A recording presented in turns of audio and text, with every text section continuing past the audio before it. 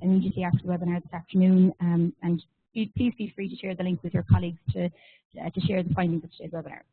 So firstly, by a brief introduction for Dr. Molly Byrne. She certainly needs no introduction here in NUI Galway. Molly is a senior lecturer in health psychology and a health research board research leader in the School of Psychology in NUI Galway. She leads the Health Behaviour Change Research Group, which is a very exciting new initiative, and I welcome you all to go and look at their website and see some of the events and activities that they have coming up. This group is interested in applying behavioural science theory and approaches to the development and evaluation of behavioural interventions within population health and health services research. Molly's research team are committed to developing and applying trials expertise relevant to complex behavioural change interventions. So I'm now just going to pass the microphone over to Molly, and just again, if you could let me know if you have any difficulties hearing us this afternoon, and I'll look after it. Thanks, Molly. Lovely, thanks very much, Sandra. I wonder would I just try and, do you think that'll, okay, so good afternoon everyone. This is my first time delivering a webinar, so it's kind of a bit unknown in terms of how I'm being transmitted to the outside world, but hopefully, as Sandra says, you will let her know if you have any difficulty hearing me or participating in any way. So you're all very welcome to this afternoon's webinar, and thanks Sandra for the invite and for the introduction. I thought it would be useful if I presented on some work that we've been doing over the last number of years in the area of sexual counselling, particularly for people with cardiovascular disease. And I suppose particularly within this setting, what I hope to look at is describing how we have developed an intervention called the CHARM study intervention. And I'm using it as an example of an intervention which really will be about changing health professionals' behaviour. So just, Sandra has already given a nice intro just to the Health Behaviour Change Research Group. So this group was set up in January 2014, thanks to a HRB Research Leaders Award. And our aim really within the group is to improve population health by developing and promoting an evidence-based approach to health behaviour change interventions. So I suppose within the group we are looking at interventions on many different levels, some of them at a public level or a population level, some of them targeting the behaviour of health professionals, and some of them targeting the behaviour of service users or patients.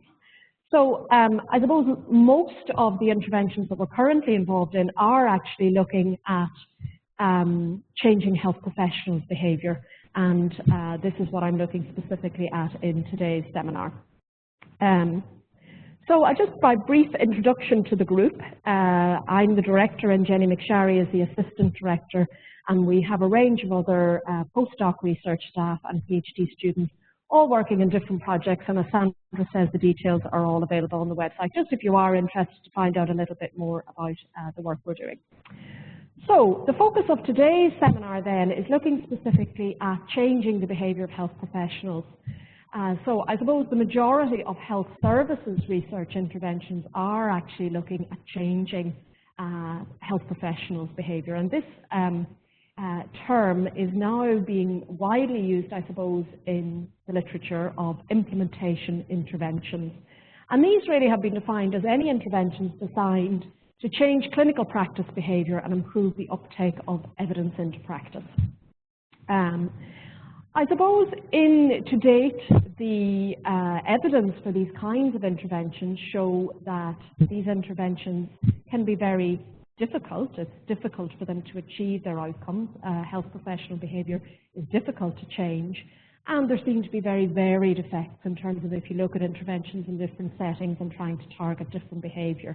Some of you might be familiar with there's been quite a lot of interesting work in the area of hand hygiene, trying to improve hand hygiene among health professionals in hospitals, and I think that's a very good example of an area which is quite plagued with difficulties in terms of it's presenting a behaviour that proves very difficult to change.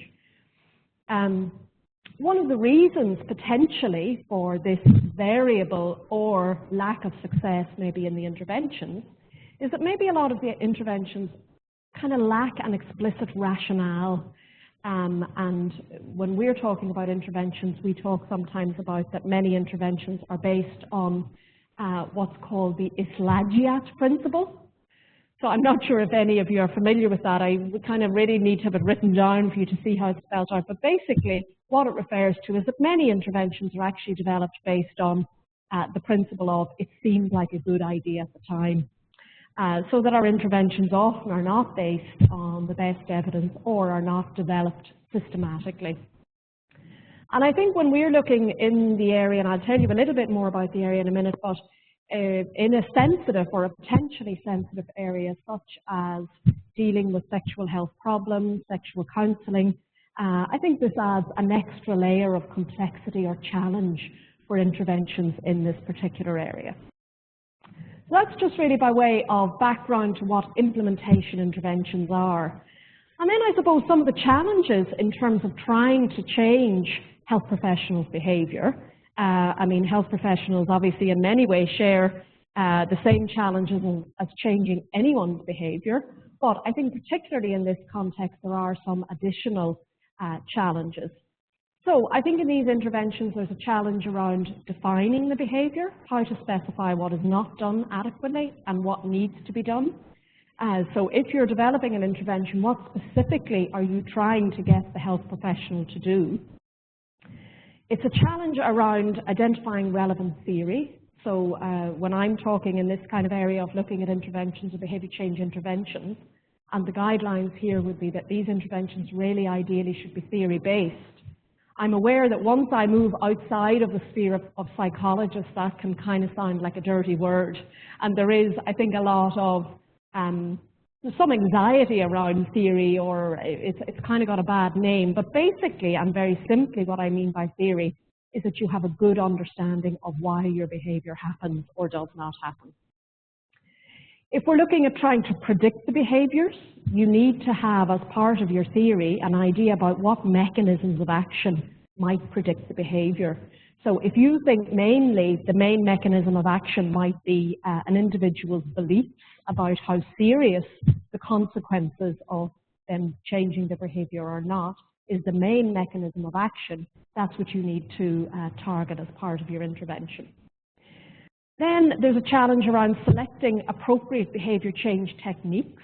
So this is about specifying exactly how to describe your intervention, constructing a feasible intervention, how to put it all together, and then how to report your intervention, so how to communicate an intervention. So these are all the kinds of challenges that people trying to develop interventions to change healthcare professionals' behaviour are likely to encounter, and you may well be encountering some of these challenges now if you're involved in developing your own interventions. So just to give you a little bit more background into the CHARM study and looking at sexual counselling, this is actually, I suppose, the one study that genuinely emerged from people with the condition that I was interested in studying. So it's nearly 10 years ago now that I was involved in a study looking at secondary prevention of coronary heart disease. It was a study set in primary care. And we were asking people with cardiovascular disease about their smoking, their exercise, their diet, their experience of stress. And on a number of the questionnaires which were returned to us, and during a number of the discussions in interviews with patients, people actually said, why don't you do some research about sex? Because they were saying that this is a problem they experience, that they associate with their cardiovascular disease, but actually nobody is doing anything about it. So I do like to think of this as kind of the one research study which genuinely emerged from this kind of participation by patients. So basically we're really on to our second study as part of the CHARM study, and how I like to think of them now is really the CHARM baseline study, and we're now currently in the CHARM's intervention pilot trial study. Both studies have been funded by the Health Research Board. So the CHARM's baseline study, really the aim of this was to try and describe the level of sexual function problems among people with cardiovascular disease in Ireland, and to get the views of health professionals and patients about the experience of those problems and how those problems were addressed as part of services.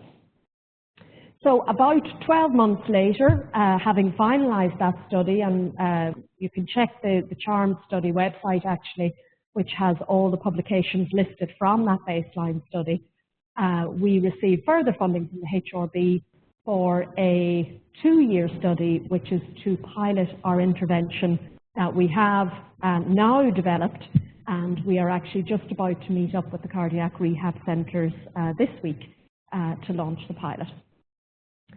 So I'm just going to talk you through the process now about how we came from identifying the problem to developing our intervention, which is now the subject of our pilot study.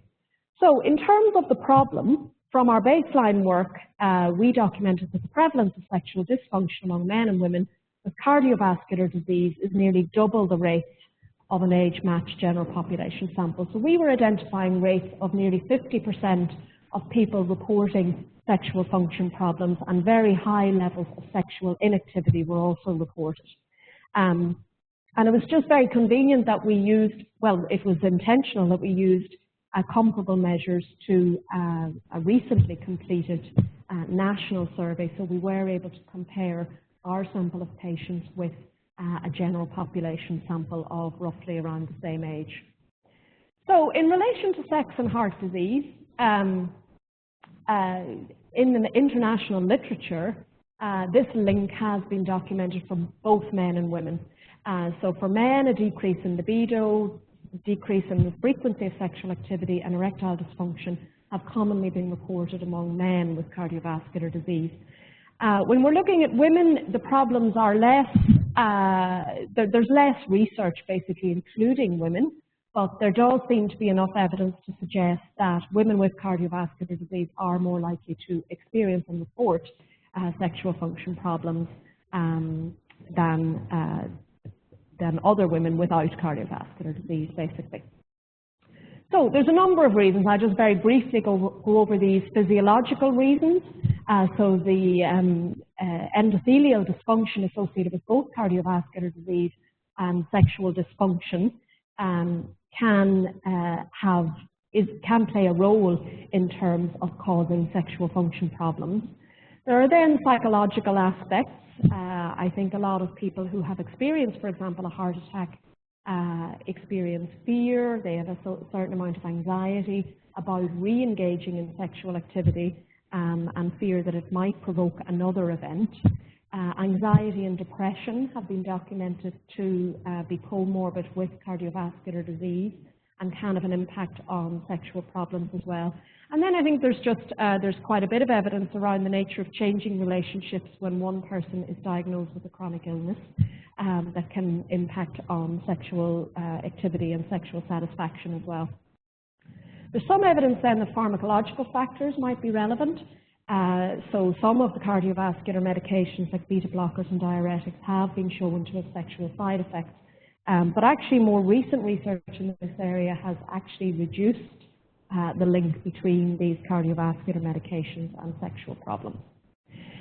I remember when I started to do this research at the start, I remember a good friend of mine who was a GP saying, well, you know, so what? Why is this really important? Surely these people, you know, if they're just happy to have recovered from their heart attack, this isn't going to be a priority problem for them.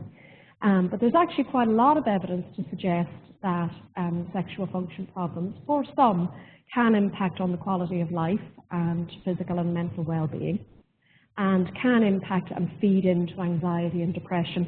And there's actually a very nice study published about 10 years ago in Northern Ireland, which indicated that for partners of people with cardiovascular disease, sexual problems was one of the biggest stressors that they experienced. So I think there certainly is enough evidence to suggest that this is a topic worth investing some time and research in to change the kind of services we can deliver. So in relation to what are those services then, I suppose there's been a number of guideline documents in this area. The most recent was actually just published. I think this document, these guidelines were published in 2014. And really these have been endorsed by the American Heart Association, the European Society of Cardiology, And really what they're saying is that all cardiac patients should be assessed for sexual concerns and offered sexual counselling as part of cardiac rehab. And sexual counselling really just describes any interaction between a health professional and the patient where the provider provides, sorry, that's a bit clunky, provider provides information on sexual concerns and safe return to sexual activity, assessment support, and specific advice related to psychological and sexual problems. So, I mean, if you're more interested in the area, there are detailed sexual counselling guidelines as part of that guidance document. So what we were interested then in doing is, well, these are the guidelines, what's currently happening in practice. And from our CHARMS baseline study, where we were interviewing health professionals working in both cardiac rehab and in general practice, we found that 2/3 of Irish cardiac patients reported that sex has never been addressed by their health professional.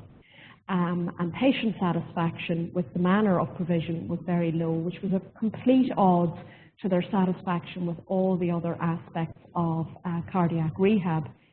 Patients generally report very high levels of satisfaction with cardiac rehab overall, but this was a component of cardiac rehab that people were generally reporting low levels of satisfaction with. And when asked, patients indicated that they would have liked more opportunity to discuss sex with a health professional. And what was interesting here was that even if people felt it wasn't particularly personally relevant to them, they still felt that overall it was an important component of cardiac rehab, and I think that's an important message for changing services as well. When we asked the health professionals then, health professionals really reported believing that the services they delivered in this area were very suboptimal. They were not aware of guidelines, and I think a lot of the anxiety and concern from health professionals was that they felt they couldn't do anything in this area because they really didn't know what they should be doing. So that was from the CHARMS baseline study, and this is mirrored in international research that health professionals generally seem to be very reluctant to address sexual issues. I think there's a feeling from both sides that the health professionals are nervous or anxious about embarrassing patients or causing anxiety, but similarly the patients are anxious about embarrassing and causing anxiety in the health professionals. So that was certainly within our own research as well. We found a bit of a vicious circle in terms of the health professionals and the patients each trying to protect each other. So I think there was certainly a lack of, in the international literature, it's well documented, a lack of understanding about what should be done, and patients do seem to express regret when these issues are not covered. So that's all just really by way of background in terms of the CHARMS intervention setting and the health problem, if you like. So I'm just going to spend the rest of maybe the next 15 or 20 minutes just talking you through how we actually developed our intervention. So these two people on the right are Jenny McSharry and Patrick Murphy. Patrick Murphy is currently our project manager on the CHARMS study, and Jenny McSharry has been working with us to develop the CHARMS intervention in this systematic way. So we're really coming to the end of, we've just pulled together a paper documenting the process that we've used, which we're hoping to submit to Implementation Science. So hopefully this is something that will be published within the next 6 months or so. So I suppose basically going through systematically the things that we needed to make sure in terms of trying to develop our intervention systematically. We wanted to specify the target behaviour precisely, so we want to be very clear about, well, what do we mean by sexual counselling? How will we know whether it's being implemented or not? We wanted to use theory. We wanted to get a very good understanding of why or why not the behaviour is happening. We wanted to be able to develop our intervention systematically, describing the mechanisms of action and making sure that these would be measured as part of the evaluation of the intervention. We wanted to be very clear about describing our intervention. One of the examples that I often give when I'm talking about interventions in this area is that very often phrases like behavioural counselling are used to say, oh, well, is behavioural counselling effective in smoking cessation?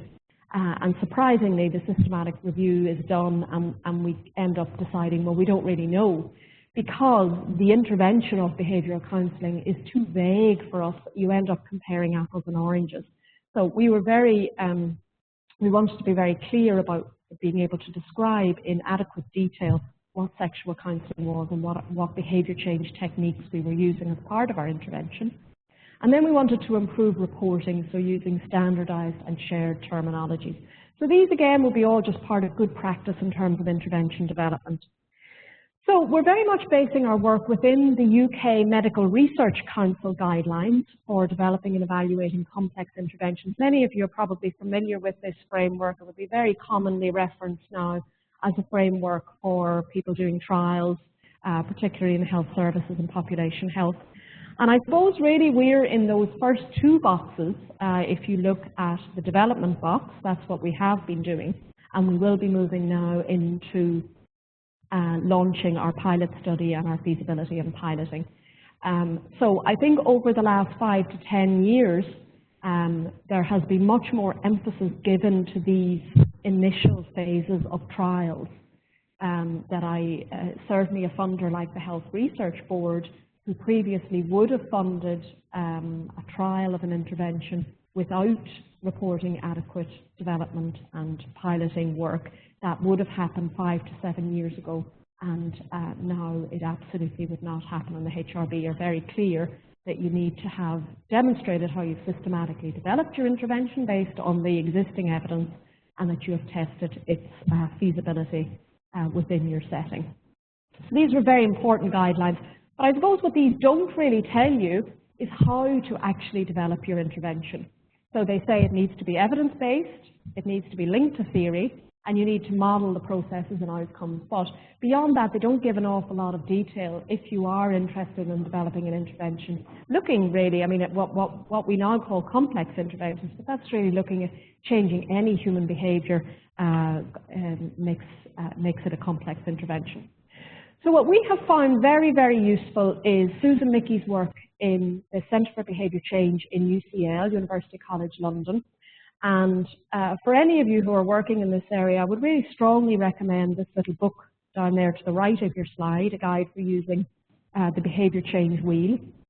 They have a really good website if you want to have a little look at their website, and you can get the book. But if you are developing an intervention, this to me is an essential tool really, and very, very user-friendly in terms of talking you through the required steps.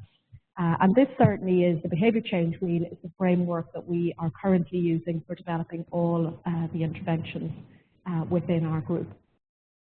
So just by way of a brief overview of what the Behaviour Change Wheel is, it really is, you can see the 3 layers there, and the inside layer is the COM-B model. So basically what this means is the inside wheel is where you try and get an understanding of why your behaviour happens or is not happening. So really what this is saying is that, sorry now, and I think I have a slide further on about COM-B, that basically the main factors that predict whether a behaviour happens or whether an individual has the capability, the opportunity and motivation. I'll talk a small bit more about those in a little while. The red circle then is how you link the COM-B components, so what you've identified as the predictors of your behaviour, to the functions you should select for your intervention. So for example, if you have identified capability psychological, so if a person simply doesn't have the information required to change their behaviour, that might suggest that education would be a likely intervention function. The outer wheel then describes policy categories, and really these are the potential routes through which you might have to deliver your intervention. To be honest, in our experience, we have found it a little bit hard to move between these 2 wheels, if you like, of the behaviour change wheel. And in our experience, really the policy categories are very often decided from the outset in terms of if you have funding for an intervention, you already have decided what type of intervention you're going to target. So I do think that's a little bit of the behaviour change wheel that I think doesn't fit so well, but certainly the COM-B core and the intervention functions, and I'll show you how that links on to really specifying your intervention, I think is extremely useful. So we took a 3-step approach, really specifying and selecting our behaviours first, Understanding the behaviour then using COM-B and specifying the intervention in enough detail to allow replication. These are the key things that we wanted to do as part of our intervention development. So for our first step then, I suppose this was relatively straightforward because we did have the existing guidelines of what sexual counselling was. However, within those guidelines, it wasn't specified who exactly was going to deliver it. Now, in our baseline work, we asked people who do they think would be best placed to deliver sexual counselling within health services. And actually, in truth, the patients said to us, our GPs would be the best placed as somebody to deliver this care. So I suppose in terms of us developing our intervention, we had to consider the different types of settings in which we could set our intervention. And we decided to go with cardiac rehab simply because we thought for delivery of our intervention, it would be more feasible, more doable, and also people did agree that it should be covered in cardiac rehab as well as taken up by their GP. So developing and delivering this type of an intervention in general practice, which certainly in Ireland is so much more disparate, I guess, than hospital cardiac rehab, we decided that would be we would go, in the first instance anyway, with our intervention to cardiac rehab. So we were able to outline what they need to do differently. They need to assess all patients, provide information, and assist patients in dealing with anxiety related to their sexual concerns. We identified phase 3 cardiac rehab. So this is basically once people have left hospital after their initial cardiac care and have returned to attend usually a kind of a 6 to 8 week program that happens once or twice a week in their cardiac rehabilitation centre. So we were looking at centres in Ireland. How often do they need to do it?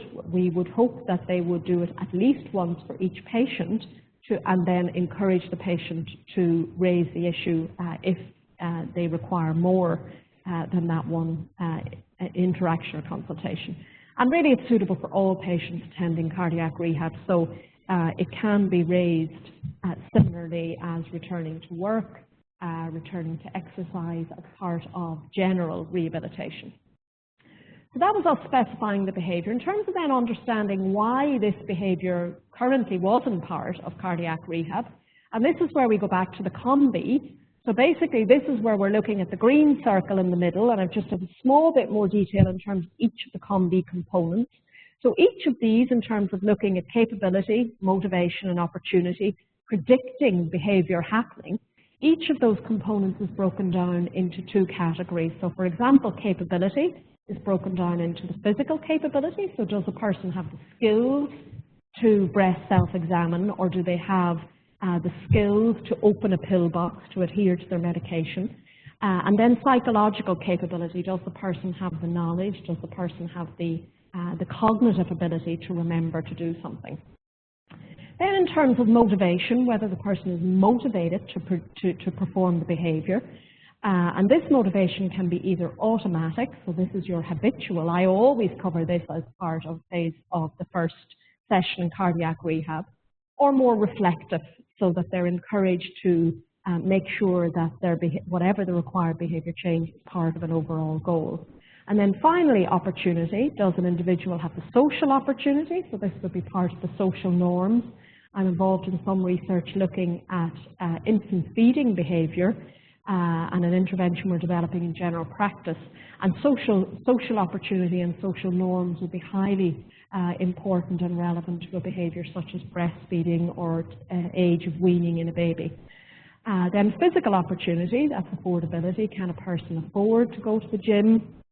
Can a person physically access space to exercise or whatever it might be? So basically what we're being encouraged to do here is to use this COM-B model as an overarching theory which predicts behaviour to try and understand our specific behaviour, whether that is why health professionals do or don't deliver sexual counselling, why people exercise, why people take their medications that they're prescribed. So it's a generic framework which can be used, which I think is something that makes it particularly useful to people developing intervention. So we really took from our CHARMS baseline work, we used the COM-B model to, now just in terms of the dates here, the COM-B model wasn't published really until 2013, and we had done our baseline work before that. So really what we were doing is we were retrospectively organizing our baseline data that we had collected within the COM-B framework. So we got views of GPs, cardiac rehab staff, and patients. So once we looked at what we were asking here is cardiac rehab staff barriers to discussing sexual issues. When they were asked, why don't you address these, even though they had said that they think it's an important part of cardiac rehab? And the biggest one, the most endorsed barrier across the board actually for cardiac rehab staff and GPs was a lack of training, lack of knowledge, lack of awareness of the guidance. There were other issues, sensitivities around ethnicity, religion, fear of offending the patient, kind of feeling, oh, well, the patient mightn't be ready. So we really took these barriers and tried to put these into the COM-B components. So for example, I'm just giving you a little kind of snapshot of what we did here. So lack of knowledge, lack of information were coming up consistently, and these we identified with the COM-B component of capability, of psychological capability. A fear of offending or a perceived lack of patient awareness, we thought represented motivation, reflective motivation. So I've really just taken a snapshot of some of the barriers. So we categorized our barriers according to the COM-B components. And then the next step that we were interested to do was to link those into specifying our actual intervention. So again, we have the behavior change wheel, and you see this is where we move from the green circle in the middle to the red circle just outside of that. And there's this is also in the book, as we now call it within our group, because it is a very, very kind of core tool to the work that we do. But what they do is this grid on the left-hand column is the COM-B components. You can see the first two are capability physical, capability psychological. And then this grid shows you, so for example, if you have identified capability physical as one of the main components that is relevant to predicting the behavior, this would suggest that your intervention should include training and enablement. So this is a standard grid that can be used across the board for whatever intervention you're developing. So that's an extremely useful facility. There's actually also, in fact, it was just put up in the last 6 months or so. There's a very nice online tool on the UCL website whereby you can kind of click on within the behavior change wheel, you can click on the different components, COM-B components, and it kind of flashes up. I mean, it's the same information, but it's just a slightly more user-friendly way of identifying the intervention components. So the final kind of cherry on the cake, if you like, in terms of the tools that I think are extremely useful in terms of making our interventions more systematic in how we're developing them, is this behavior change technique taxonomy. So this was published in 2013 and currently has thousands of references. It is used very widely across all sorts of disciplines. So I think what it is, it provides us with a very, very useful, supposedly comprehensive list of all the possible behavior change techniques that you could have in your intervention. So they have a total of 93. They're all here. They're actually clumped together. So for example, if you look at the first one there, they are all behavior change techniques which come under the broader title of goals and planning. So these might involve goal setting, problem solving. And the beautiful thing about these, I think, is that they have very, very specific definitions. So if, for example, hopefully in the future we're going to be reading much more of interventions which are described using behavior change techniques, if we say our intervention involved goal setting plus biofeedback plus imaginary punishment, I'm just randomly taking behavior change techniques, we have a very clear idea of what that looks like in the intervention. So that's really the final tool, and I'll just show you how we moved from our COM-B to our intervention functions to the selected behaviour change techniques. Again, there is a tool within the behaviour change wheel book which links the intervention function. So for example, education as an intervention function would suggest the following behaviour change techniques. So we included information about health consequences, information about emotional consequences, and information about others' approval. I suppose what was interesting in really working through the example of the intervention development is that we then had to translate those behaviour change techniques into, okay, well, what's actually going to really happen as part of our intervention? So if you think of the intervention manual, how are we actually going to put that in?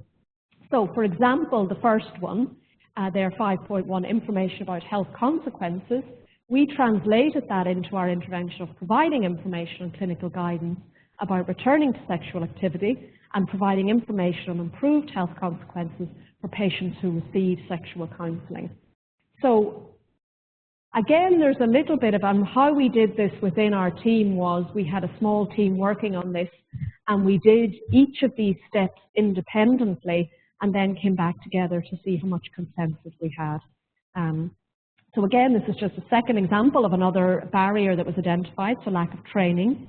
Again, the COM-B component was psychological capability, and you can see there instruction on how to perform a behaviour was the behaviour change technique, and we are going to have a manual and a checklist of how to deliver the group sessions and provide step-by-step guidance. For example, demonstration of a behaviour is another selective behaviour change technique, and we are currently developing video clips of consultations between healthcare professionals and patients and their partners about raising sexual concerns. So again, that was the behaviour change technique, and we needed to translate it into how exactly we were going to deliver it in our intervention. So really and actually Patrick has just submitted our protocol paper which describes in detail the protocol for the pilot trial. And this will give you more detail about the content of our CHARMS intervention.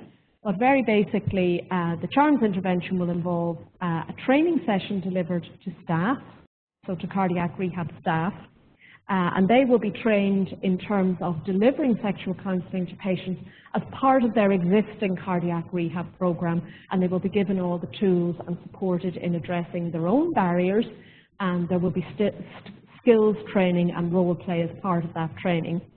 And they will deliver a 30-minute component to patients as part of their cardiac rehab. And for our pilot, that's going to be piloted in 2 hospital cardiac rehab centres and will involve 60 patients in total. So I actually have been involved in another study which, if you're interested in reading through, I guess, the whole process of intervention development, this was a study that I worked on with Carol Sinnott, who's a GP trainee in Cork, and she's currently doing her PhD in this. She's actually submitted her PhD now in this area. And I must say, I thought Carol did a superb job of working really systematically through all the phases, and her focus was looking at trying to reduce potentially inappropriate prescribing by GPs, particularly for patients with multiple conditions. And it's been published in Implementation Science, and I do think it is a really excellent example of describing very systematically how Carol really went about developing her intervention. So if you're interested in a bit more detail, this is a worked, complete, published example, and it would be worth a look. So I just want to acknowledge our funders, other members we have a large international research team now who are working with us, and particularly Tini Jarsma in Sweden and Elaine Stenke in the US, who's been fantastic in terms of inputting to our research in this area. This is really just an overview of the Health Behaviour Change Research Group. We run twice a year, we run one-day workshops looking specifically at designing effective interventions for health behaviour change. We've run 2 of those, I think, so far, and there's another one set for, sorry, I didn't update that slide, there's another one set for April. But it is, if you're working in this area, I certainly do think people have found them very useful in terms of even just speaking and working through some examples with others on the day in terms of their own interventions. So they were just possible points for discussion, and that if you're interested more specifically in the CHARM study, we do have a website, and I would encourage you to have a look at it. That was all I was going to cover, but Sandra, if there are any questions there or any questions within the room. Okay. Thanks very much, Molly. That was really interesting. So just to those who have joined us online, feel free to pose any questions you might have for Molly via the Q&A button at the right-hand side of your screen, and I can pitch the questions to her. Indeed, I'm sure Molly would be happy to take some questions by email afterwards if people would like to learn more. And if anyone here in the room has a question, I'd be happy to direct it to Molly. So my own question was around either up until this point, or do you think in the future the male-female issue around this at all stages? So I was thinking about the patients, but also you mentioned that the patients indicated that they would like their GPs to deliver this type of that contact with them. And did anything crop up about preferring a female GP or a male GP? It's just a kind of an interest. Or with the patients, do you think you're going to have different resources or different training packages for that? I think that's a very interesting question, Sandra, and I suppose across the board, what we generally found was that the barriers perceived by health professionals were more strongly endorsed than what the patients perceived them as. So what we were generally finding was that GPs or cardiac rehab staff were saying things like, oh, well, the differing gender between me and the patient would be a barrier. And that was less endorsed by the patients themselves. Now, I do think, I suppose just a little bit from working in this area and from some small amount of research, I do think the dynamic in, for example, groups, all male groups discussing these issues can be quite different from male and females being in the group. I wonder just Maureen Dia, who is the qualitative, is due to just due to come on board as a qualitative researcher for the CHARMS pilot study and worked as the qualitative researcher for the baseline study. Would you like to add anything to that, Maureen, even just from the baseline work in terms of the impact of gender in those consultations? I think what came across very clearly from the patient's perspective was that gender wasn't an issue. What they wanted was somebody with whom they could feel comfortable and who they perceived to be knowledgeable. Those were the two factors. And then just going back to what you said about the groups, the cardiac rehabilitators, I think, mentioned that on several occasions, that most of their patients were male and that they would have quite a jocular discussion around sex. But if you bring a woman into it, the men tended to be quiet. And that's exactly what you said, the whole dynamic changed. So yeah, there are issues around gender and how to deliver. But certainly for the patients, it wasn't an issue. We have a question here online. The question is, has the behaviour change wheel been evaluated in terms of improved behaviour? I mean, that's a great question, and I think really important. To my knowledge, no, it hasn't. So I suppose the question is, are interventions developed using the behaviour change wheel more likely to be more effective than interventions not? To be honest, it's too early days, I think, for us to know the answer to that, because there's been I actually don't know if there have been any studies yet which have gone, fully completed a trial of an intervention developed. There have been a number now of pilot studies published which have developed interventions using the behaviour change wheel. I know that there was a systematic review conducted by Stefan Dombrowski in Stirling, which looked at, are interventions developed using theory more likely to be effective than interventions developed without theory? And what he found was that yes, interventions developed using theory are more likely to be effective than those not using theory. But I think that's a very good question, and I have no doubt that Susan Mickey will be on the ball, and that will be an important question for the future. Great. Just another note that I had about the format of the counselling. So I kind of got the impression that you meant it would be like a workshop or a kind of a consultation based. Will some of it then be online, or are you exploring different options for format? Yeah, I mean, to be honest, at the minute, our intervention, we're not currently planning an online component. What we will have, and what we do have, is we have a study website, and what we plan to do is to post our materials on that website. I think that is a good point in terms of, obviously, intervention and control studies and managing that access. But currently our intervention doesn't have an online component. Yeah, that's great. I think that, unless anyone else has any questions in the room, I think that wraps it up. Thanks very much to everybody who joined us online and everybody who joined us here, and in particular, thanks very much to Molly Byrne for giving your time and delivering this webinar. A recording of this will be available shortly online. I encourage you all to visit both the HRB TMRN website to see our upcoming events. We have a lot of exciting events planned for 2016. And obviously, as we mentioned earlier, the Health Behaviour Change Research Group's website, they have a number of events and resources available to you as well. So I hope you will all come back and join us next week for our next webinar with Richard Corbridge, who's going to look at the new advances around health information with patients in terms of their implications for research in Ireland. So again, thank you all for joining us, and we hope to see you again soon. Thank you.